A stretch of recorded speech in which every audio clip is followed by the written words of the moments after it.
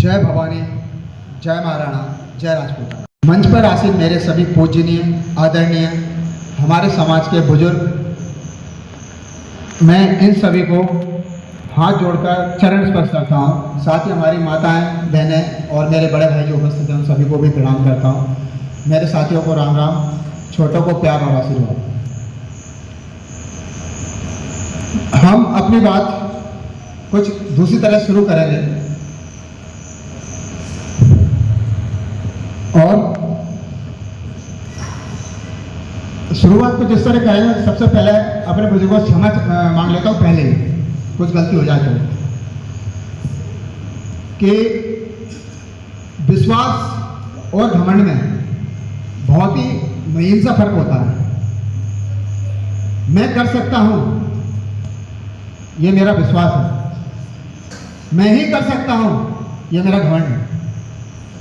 तो इसी बात के आगे बात को ले जाना चाहूँगा। ये हमारा राजपूत समाज, हम सब कुछ गिने चुने चुनिंदा लोगों की जयंती मनाते हैं 500 साल 600 साल बाद भी। और इन्हीं की जयंती क्यों मनाते हैं और बाकी कुछ लोगों की क्यों नहीं मनाते हैं, जबकि हमारे राजपूतों में बहुत सारे योद्धा रहे। इसका कुछ कारण है।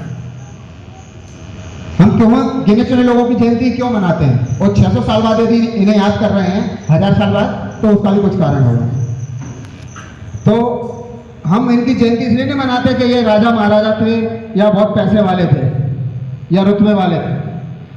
इनका जनता के प्रति, देश के प्रति प्यार, समर्पण, त्याग, इन भावनाओं की वजह से ही कहीं ना कहीं इन्हें पूछते हैं और इनकी जयंती मनाते हैं। और ये भी कहीं अतिशयोक्ति नहीं होगी कि अधिकतर जो योद्धा, महान पुरुष या भगवान ने जो जन्म लिए वो क्षत्रिय कुल में ही नहीं। तो हमें गर्व होना चाहिए इस बात पर कि हम लोग क्षत्रिय कुल में पैदा हुए हैं।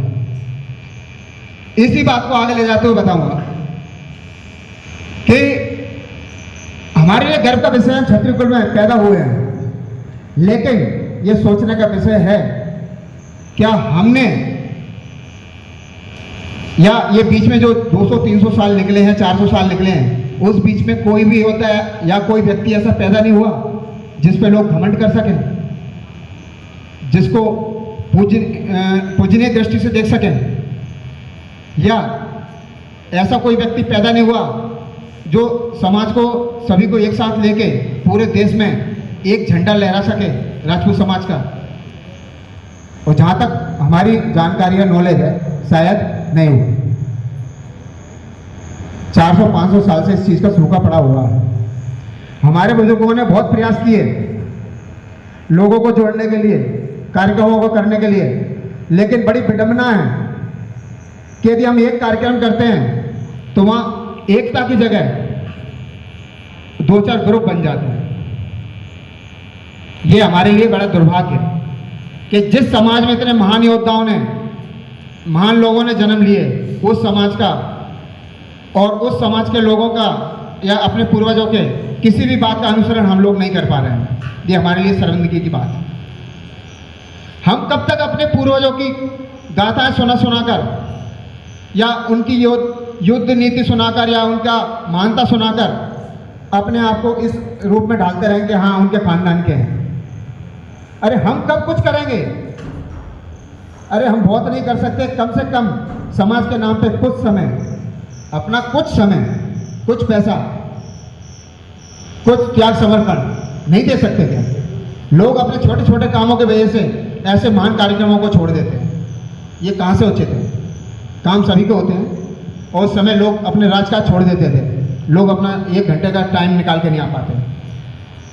एक व्यक्ति जो काम करता है उसकी टांग खींचने 20 व्यक्ति हो जाते हैं, लेकिन उस व्यक्ति के साथ खड़े होने वाले 4 व्यक्ति नहीं मिलते। ये हमारी समाज की सच्चाई है। अभी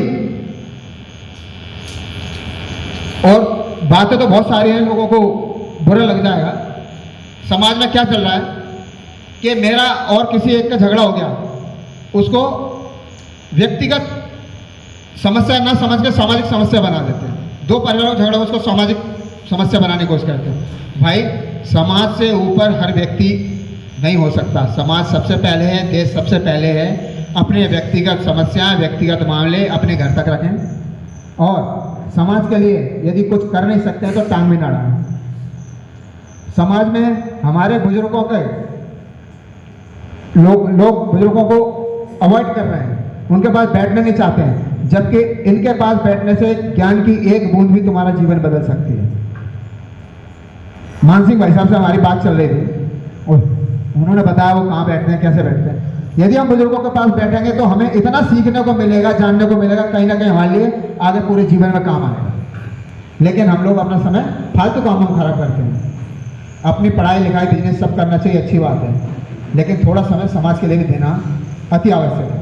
और जो हमने लिखा था वो तो हम नहीं बोल रहे हैं क्योंकि वो अलग होगा, लेकिन हम शॉर्टकट में एक बात खत्म करना चाहेंगे। युद्ध नहीं जिनके जीवन में लोग बड़े अभागे होंगे, या तो प्रण को तोड़ा होगा या रण से भागे होंगे। युद्ध का मतलब हर जगह तलवार चलाना, गोली चलाना नहीं होता है। जैसे अभी हमारे नरूका साहब ने एक मिशन चालू किया, राम राज्य मिशन। ऐसी अच्छी चीज़ों को यदि हम आगे बढ़ाते हैं या कोई कार्यक्रम करते हैं समाज के नाम पे, और हमारा कोई राजनीति में हमारे समाज का कोई बंदा, जैसे अभी योगी जी जा रहे हैं, तो ऐसे लोगों को आगे बढ़ाने के लिए हम लोग ज़्यादा कुछ नहीं कर सकते। उनके साथ संख्या तो बढ़ा ही सकते हैं, उनको एक वोट तो दे ही सकते हैं, उनके विचारों को आगे तो बढ़ा ही सकते हैं। तो मेरा सभी से निवेदन है कि अपने व्यक्तिगत घमंड को, भावनाओं को साइड करके अपने बड़ों का सम्मान करें, बुजुर्गों का सम्मान करें, उनसे ज्ञान लें, उनके पास बैठें। बुजुर्गों का दिल बहुत बड़ा होता है, तो हमने गलती भी की होगी वो क्षमा कर देंगे। और हमारी और आपकी जो छोटे लोग हैं, हमारी औकात क्या है कि उनके सामने हम खड़े होकर कुछ फालतू बात बोलें। यदि उनसे हम कुछ समय मांगकर उनके पास बैठेंगे तो हमें बहुत कुछ सीखने को मिलेगा। और आज मंच की गरिमा आप लोगों को दिख रही होगी, जो हमारे बुजुर्ग बैठे हैं, तो मंच कितना भव्य लग रहा है। और कहीं ना कहीं आगे भी हम लोग यही कोशिश करेंगे कि कुछ प्रोग्राम ऐसे कराए जाएं जिसमें परिचर्चा होगी और हमारे बुजुर्ग हमें कुछ इतिहास की जानकारी, कुछ समाज की जानकारी देंगे, जिससे हम लोग भी आगे उनके आशीर्वाद से आगे बढ़कर कुछ काम कर सकें। तो मैं बहुत बहुत धन्यवाद देता हूँ भाई साहब का कि उन्होंने मुझे मौका दिया, यहाँ बुलाया, बात करने का। जय भावाना, जय भवानी।